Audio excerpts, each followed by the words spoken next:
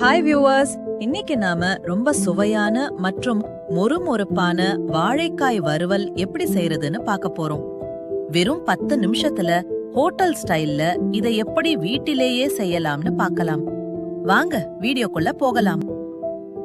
தேவையான பொருட்கள்: வாழைக்காய், எண்ணெய், கடுகு, சீரகம், மிளகு, இஞ்சி பூண்டு பேஸ்ட், மஞ்சள் தூள், உப்பு, கருவேப்பிலை, கொத்தமல்லி தழை, பெருங்காயத்தூள். அடுப்பில் ஒரு வடசட்டியை வைத்து எண்ணெய் ஊற்றவும்.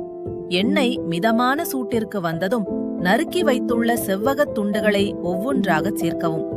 வாழைக்காய் துண்டுகள் எண்ணெய் முழுவதிலும் மூழ்கியிருக்கட்டும். அடுப்பை சரியான தீயில் வைத்து துண்டுகள் அனைத்தும் நல்ல செந்நிறம் கோல்டன் பிரவுன் வரும் வரை பொறுமையாக பொரித்து எடுக்கவும். பொரித்த துண்டுகளை ஒரு வடிகட்டியில் எடுத்து வைத்து அதிகப்படியான எண்ணெயை வடிய விடவும்.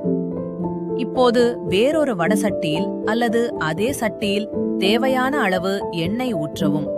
எண்ணெய் காய்ந்ததும் முதலில் கடுகு சேர்க்கவும். கடுகு நன்கு வெடித்து வந்ததும் சீரகத்தை சேர்த்து பொரிய விடவும். இவை பொரிந்ததும் கருவேப்பிலையை சேர்த்து கிளறவும். அடுத்ததாக இஞ்சி பூண்டு பேஸ்ட் சேர்த்து அதன் பச்சை வாசனை முழுவதுமாக போகும் வரை நன்கு வதக்கவும்.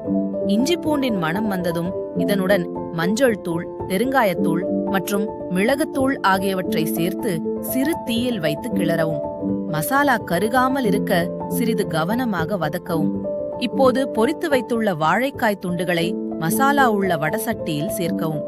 தேவையான அளவு உப்பு தூவி வாழைக்காய் உடையாதவாறு மெதுவாக மசாலா எல்லா பக்கமும் படும்படி கிளறவும். கடைசியாக பொடியாக நறுக்கி வைத்துள்ள கொத்தமல்லி தழையை தூவி அடுப்பை அணைத்துவிட்டு நன்றாக கிளறி பரிமாறவும்.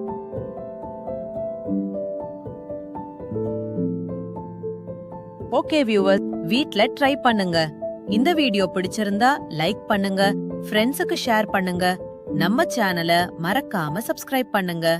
உங்களுக்கு வேற டிஷ் வேணும்னா கமெண்ட்ல சொல்லுங்க, கண்டிப்பா செஞ்சு போடுறேன். அடுத்த வீடியோல சந்திப்போம்.